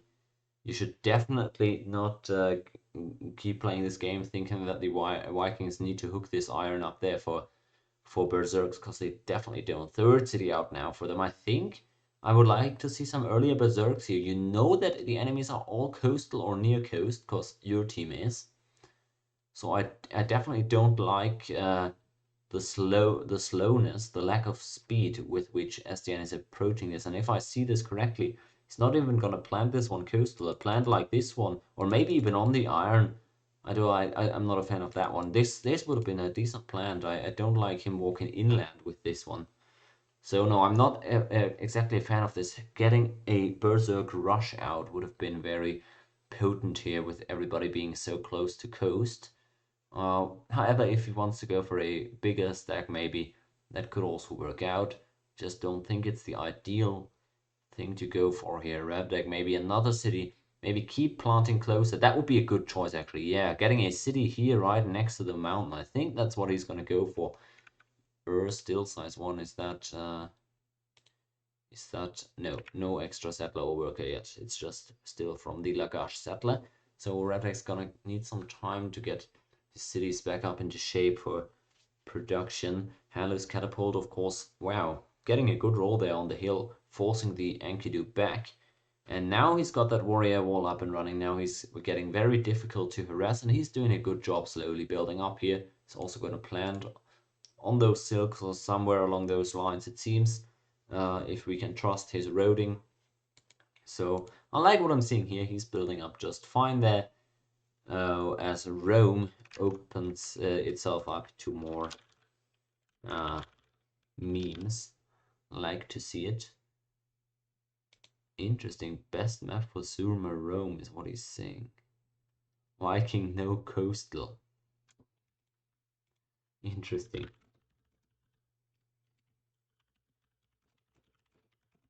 Of course, I would love to again respond to all these guys in real time. It's not that easy with the 10-minute delay. It's all good though. We're getting good enough conversation started here. It's not the end of the world. Bunch of guys burning here again. It's not what you like to see in high-level gameplay like this. However, it was game deciding last time around, and I don't think it's gonna be this game either. What's with all the Enkidu movement up here? Is he trying to get more Enkidu over to Halu again? Maybe he is, although Rome has reclaimed the tile. I think he's just running away from the catapult here, maybe. Good roll again for Rome. Should probably retreat while you can. Yep, there he goes. Third city for the Vikings. Again, not a huge fan of this one. It's non-coastal. It doesn't even have great tiles. I wonder why he did that. Maybe he really wanted the luxuries there, but Why not go for this plant if you're gonna go south, getting the BG from this one maybe. Although I think the city there is pretty corrupt as well. So I don't know. Just not a huge fan of SDN's plans here. He's now gonna go for the plant on the iron. Again, like I said before, that is acceptable, although I don't love it. He definitely needs more coastal cities though, because right now he's getting completely blocked at Bergen. Uh, not gonna get a lot of Kuras from out from there. Obi has realized, I believe, that he's got the upper hand in terms of naval, and he's got more coastal cities. So yeah, there goes the peasant. Nobody crashing. Oh shit! I guess I jinxed it. Looks like Sib did end up crashing. Well, wonder why he didn't crash last time around then. But we're gonna have to reload and fix his installation there for just a second. Sorry about that. I'll be back once we've got that sorted out.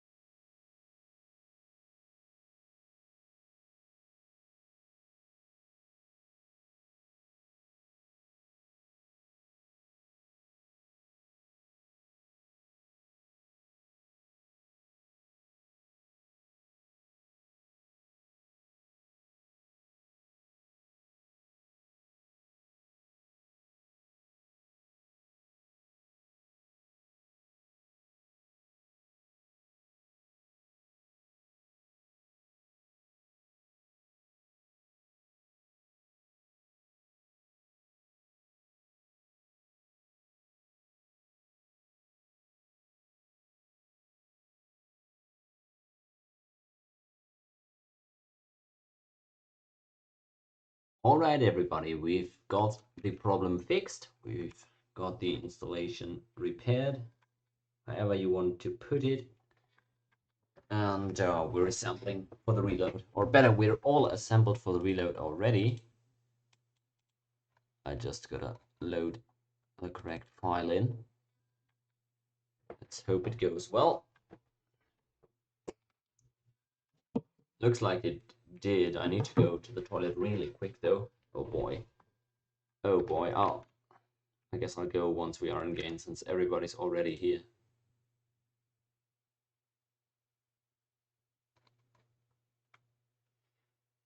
Okay.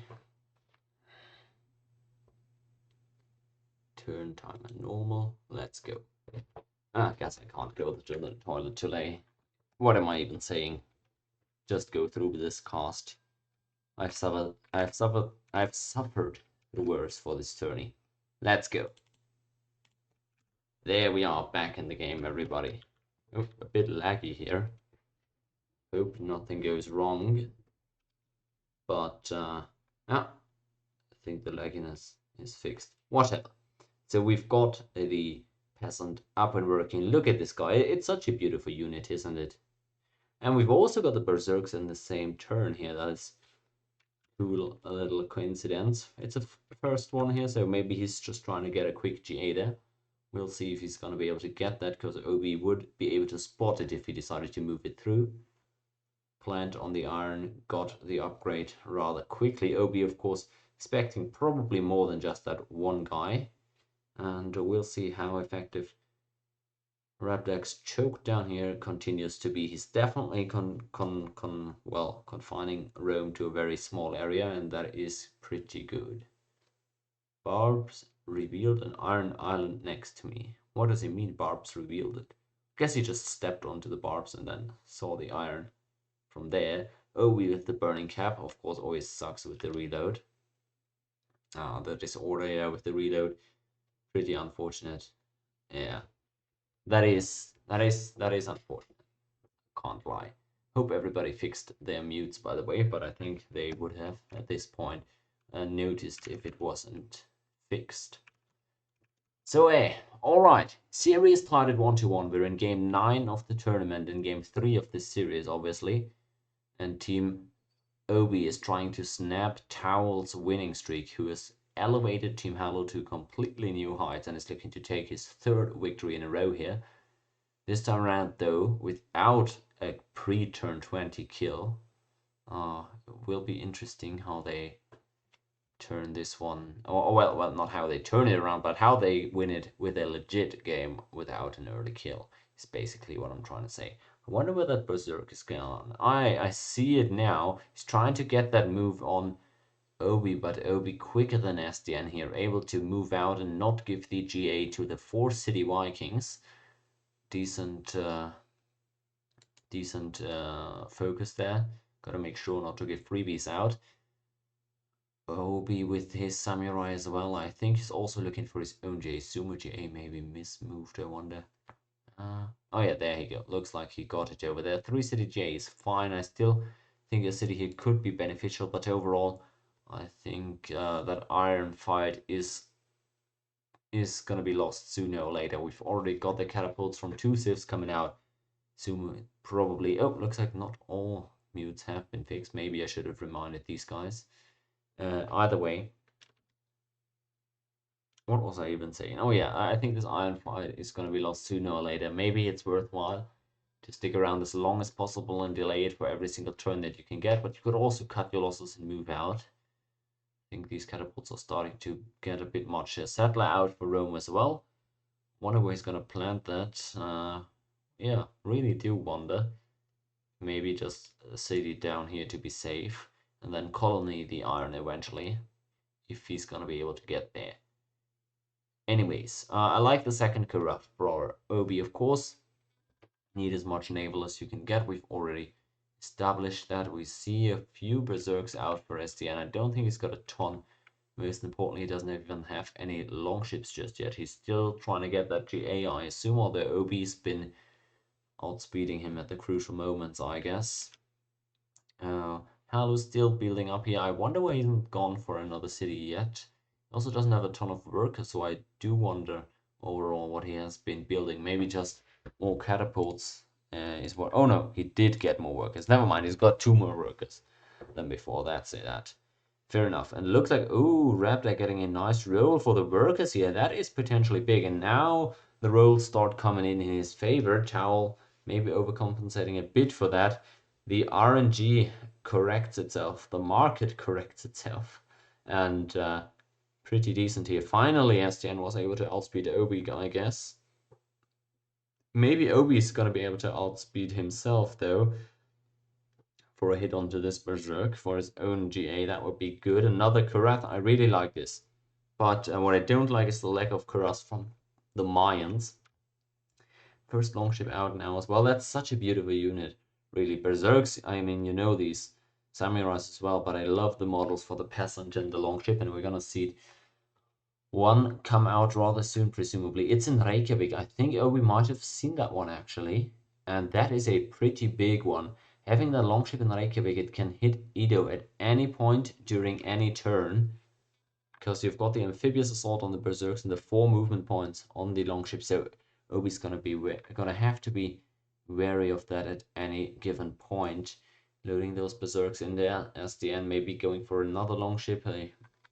Could be pretty powerful, and I would like to see Obi put another Karath here to wall off the direct hit angle onto Edo, and he did get the outspeed and the roll against the Vikings. I like that a lot. Only I think 1 turn after the Viking GA, he's able to get his own. Really nicely done for him. He's gonna be very happy with that. In moves the Berserk though, gonna be loaded onto the longship. And again, at any point, he could be starting the attack onto Edo, so we gotta keep the attention up there. Galley out for Sumeria too. Oh, he's gone for the map making. I also, well, I don't know. But yeah, he was the one in his team making the map making, so they wanted to trade maps. No con, he says. Maybe he's already got a landing force prepared here. I wonder what he's going to do. Look for the backline. I don't think he's got any chariots, does he?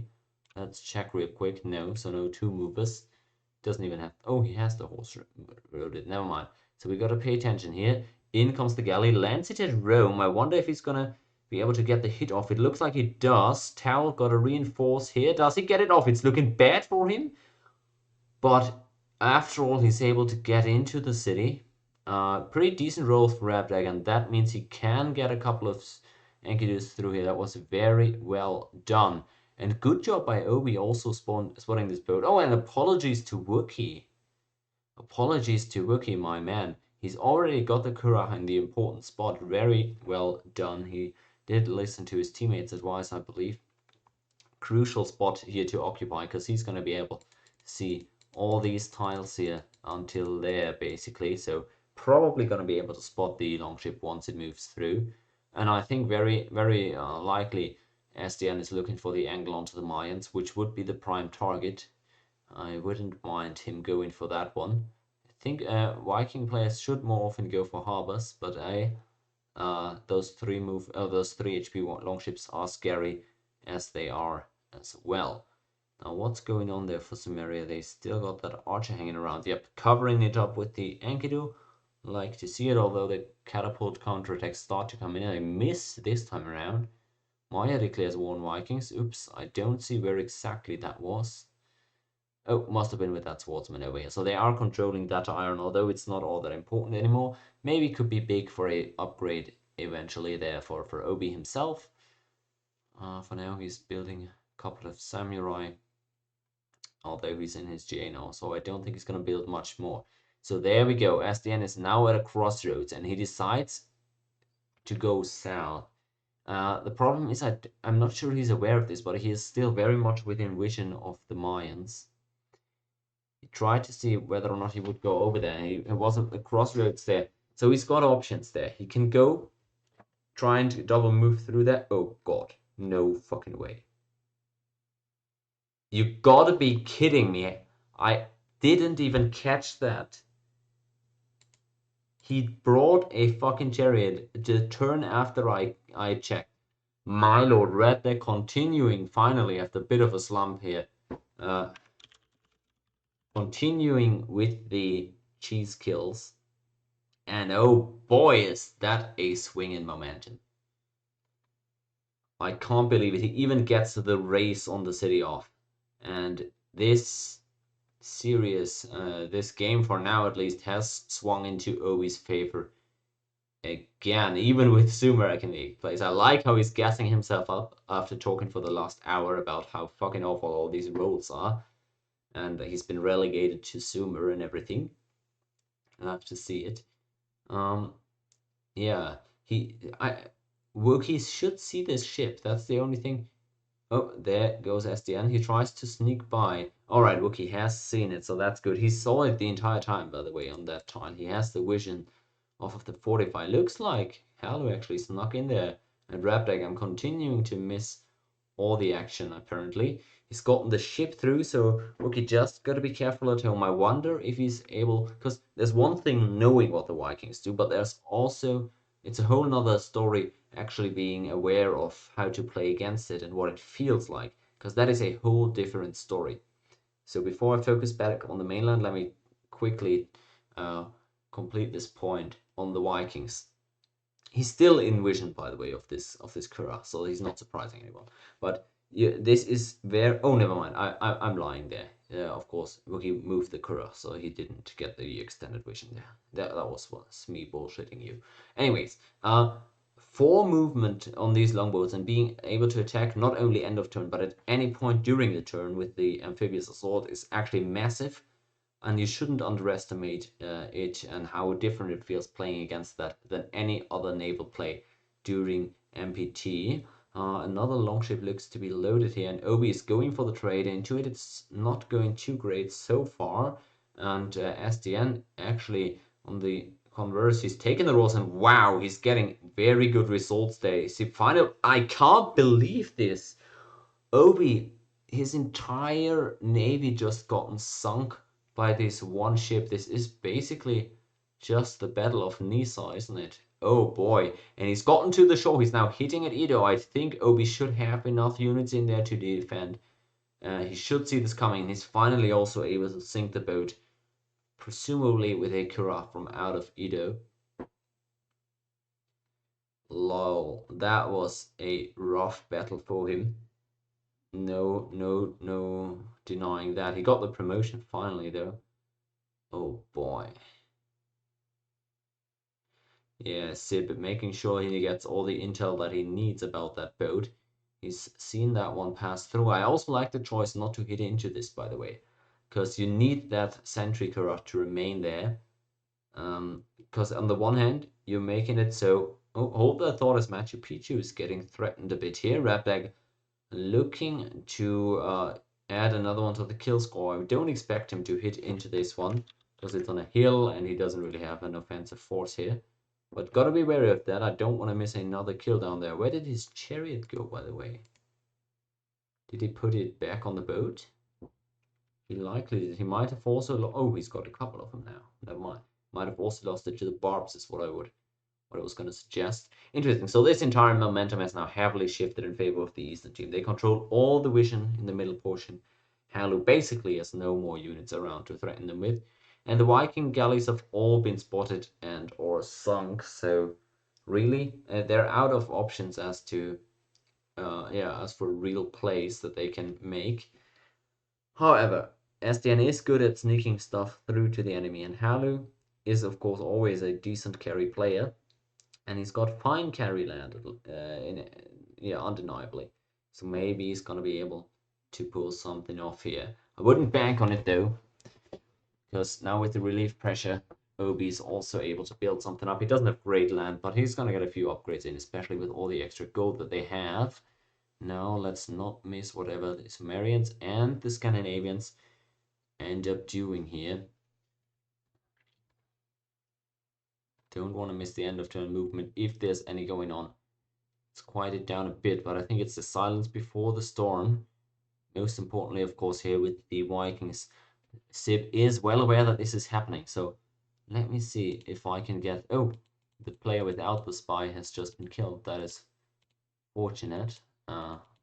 So can go straight to investigating. Yeah, he's got enough units there to defend. He's even got a galley himself. And in goes SDN. Perfect timing there for our attack. I think, wow, he's just been hit with the galley from outside Chichen Itza. Now he's starting to the attack, but there's enough units in there to defend. Nonetheless, Wookie making sure to get another one just to be safe. And it looks like he also hit immediately with the galley that he had in the city, but got sunk there. Yeah, bad trade for him apparently. So, he's gotten GA. That's a. Oh no, he did get GA early already. But anyways, he lost the fight with the boat, but he got. He at least managed to survive there against the Berserks. So that is fine for him. Look like Halu still trying to clear out Rabdak's forward stack here. He's very busy with that. Obi now continuing his road on, and I think they're really running out of time. The longer this game goes, the more lopsided it's gonna get. So if SDN and Halu don't get a kill within the next 15 turns, this is definitely over. I'm willing to put it in terms as clear as that. Now, what I was gonna say earlier is SDN is at a bit of a crossroads here. He can decide to go straight for the Mayans, but he can also, especially now knowing where this Kura is positioned, can also move around the Mayan vision and then either take the southern passage to Samaria or go all the way around south, around the southern cape here, and try do something there. Interesting. Oh yeah, the longboat sailing back around. I don't think he lost those units on there, but not sure. Looks like he's still got a couple of berserks in reserve. Two of them at home. So actually the units probably did die, as we see Rabdag even managing to get. Wow, he still has a movement point. How did Halu allow that to happen? Just getting pillaged between Machu Picchu and Cusco. Dropping the ball a bit here. Of course, the game's already in a pretty poor state, but how does Raptor get onto this tile while still having a movement point left? I really can't get that. Uh, Anyhow, I don't think there's any more berserks on this boat, is what I was saying.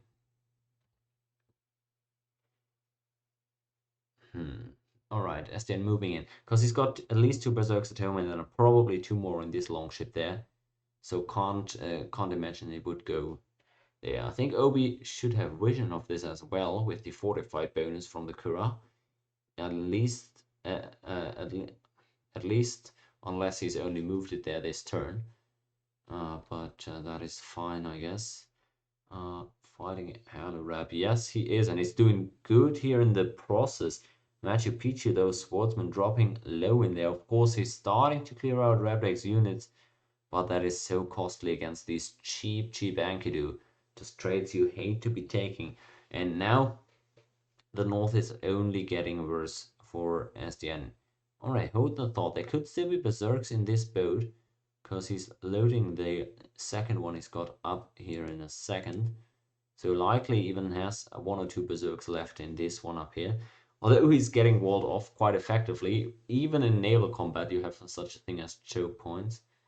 Especially in MPT, of course. Huh. Inca upgrade and I still strong to him. Yeah, well, Redleg, despite your constant complaints about RNG, Halu doesn't have it much better. It's really not looking that great for him there. Doesn't even have that much fresh water to utilize either. We see does SDN try anything with the longships? Maybe end of turn go through the Kura. He's just chilling there for now. Reb able to get onto the forest. He could go for a random hit onto Ollantay Tambo. That's not even worth it though, I don't think.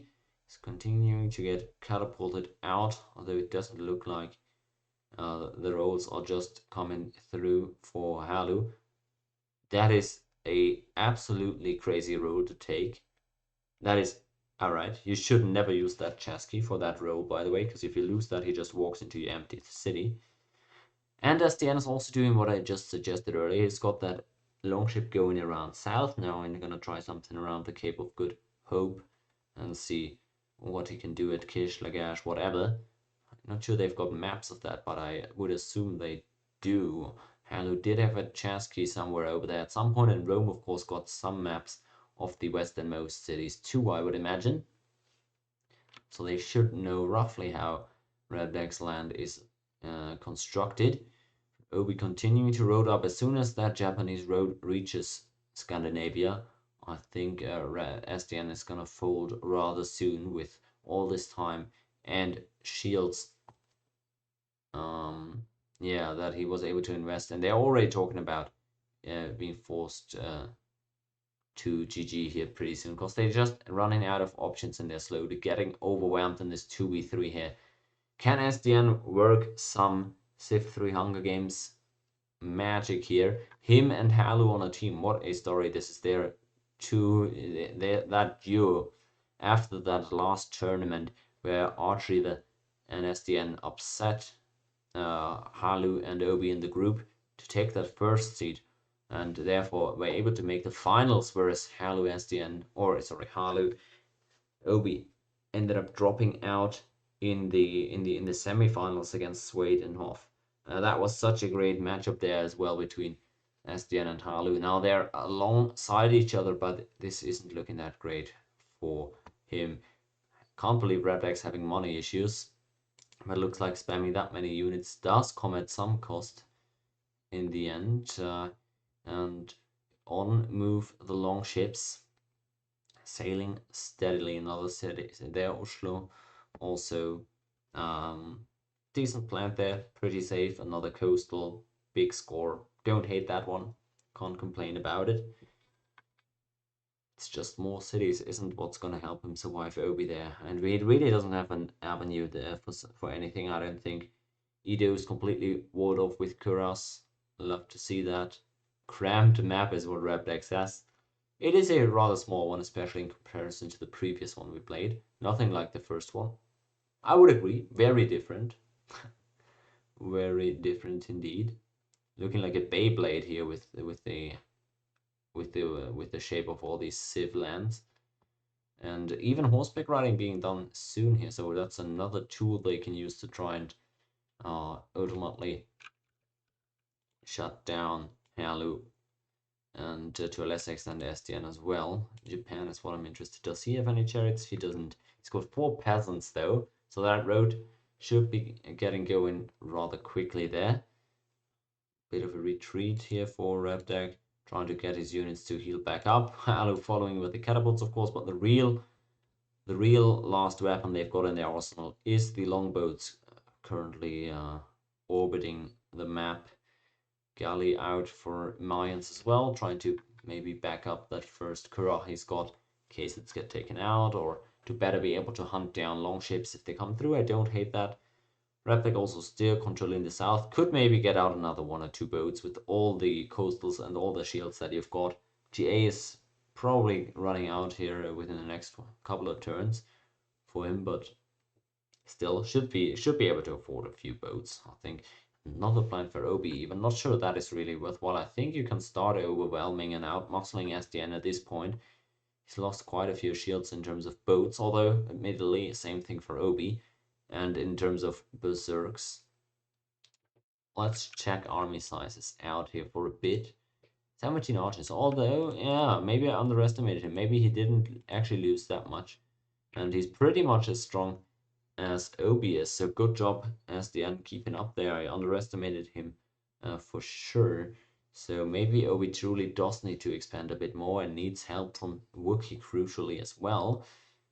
Does Raptek have that horseback riding yet that he was mentioning? Be interested in seeing where he's going to go with those forces. I could see him, since they control all division on the map, I could see him just sending a horse stack up to the Vikings to take them out 3v1. That wouldn't be a bad call. Also like what they're doing here in the south, Halu scouting for SDN's longship, making sure there's no sentries along the coast. And is that actually Sumerian horsemen being loaded into boats? I love to see it. Where is he going to go with that one? Thought he would just walk the stack over land, but he's even got some... Yeah, there we go. He's even got some naval angles going on here. Oh, wow. Did he actually get... Oh, he must have missed that one at Edo, but another longship being sunk here. And that is not... Once the game devolves into this state for the Vikings, where you're just sending in long ships and trading them one for one with Kuras, it's definitely doomed here. Moving another one out, maybe he's trying to get through to Edo now, but I think even before he could hit, he would be sunk there most likely, so it's not going to be easy, whatever he's going to try.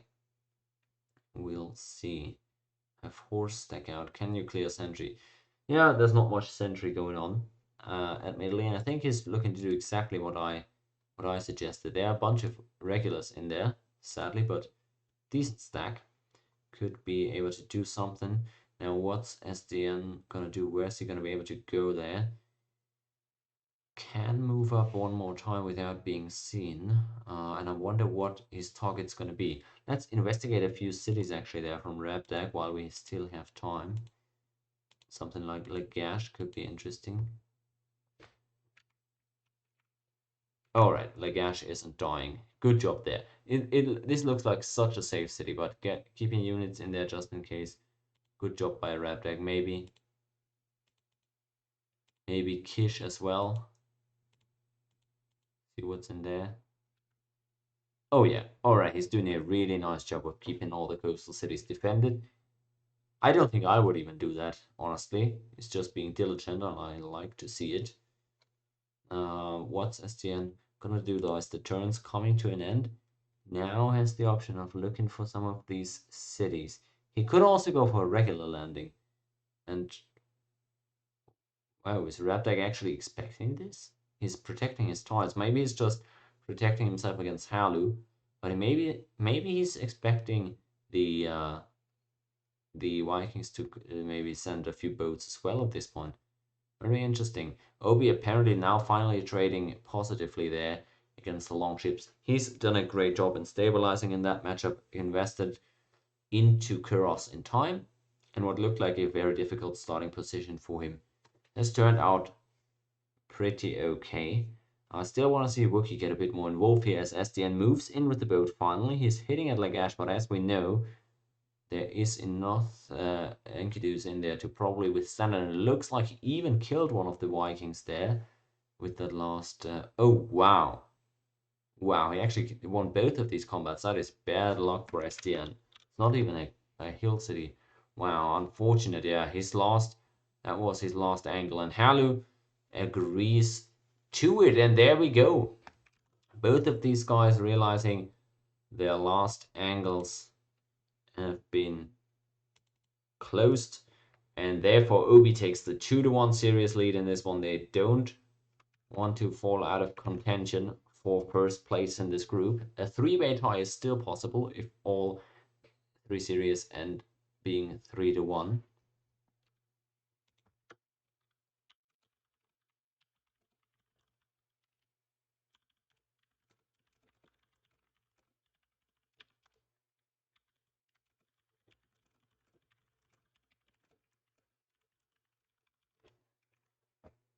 Alright, GG's there to Team Obi. We end the day with a 1-1 split. Nicely done there by both teams.